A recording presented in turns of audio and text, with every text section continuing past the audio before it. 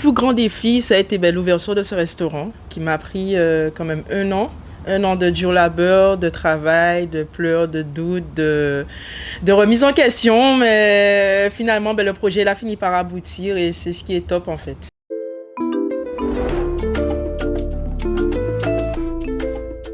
Moi, c'est Darly Célia, je suis âgée de 27 ans.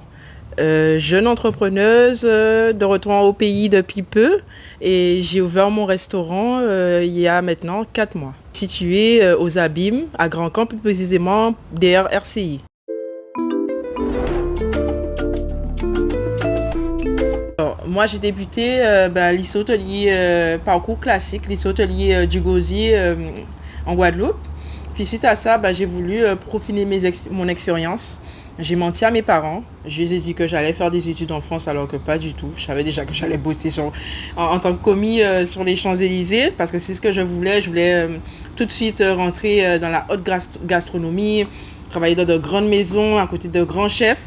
Donc du coup, j'ai commencé par ça. Premier poste de commis de cuisine à la durée sur les champs. Puis j'ai évolué, j'ai gravi les échelons jusqu'au jour où j'ai eu l'opportunité de pouvoir travailler dans un étoilé et puis l'opportunité d'être chef dans un restaurant sur les Champs-Élysées où j'avais une petite brigade, ça se passait super bien.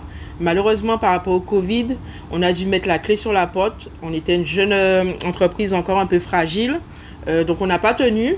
Mais pour le coup, je suis retournée au pays. J'ai commencé à chercher du boulot. Par rapport à mon expérience, mon CV, je n'arrivais pas à trouver. J'avais beaucoup de difficultés pour pouvoir trouver quelque chose qui correspondait à ce que j'avais déjà acquis comme savoir. Voilà. Donc, je me suis lancée et je me suis dit que j'allais commencer à voler dans le monde de l'entrepreneuriat.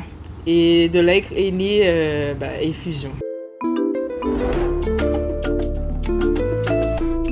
Effusion parce que j'adore la cuisine multiculturelle et je prône à mettre en avant les produits du terroir avec une ascendance asiatique parce que je trouve que c'est des produits qui collent vraiment bien ensemble et il y a de quoi mettre en valeur la culture antillaise à travers la fusion de nos produits.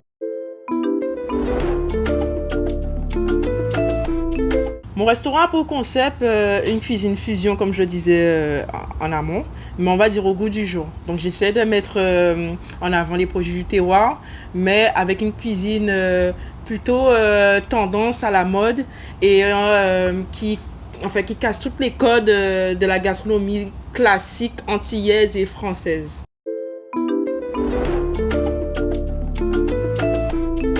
Plus grand défi, ça a été l'ouverture de ce restaurant qui m'a pris quand même un an. Un an de dur labeur, de travail, de pleurs, de doutes, de remise en question. Mais finalement, le projet a fini par aboutir et c'est ce qui est top en fait. Ne pas avoir peur de travailler. Que ce soit au niveau de cette technicité, la technique culinaire, parce que c'est important. Il y a de la concurrence et il faut savoir se démarquer de la concurrence.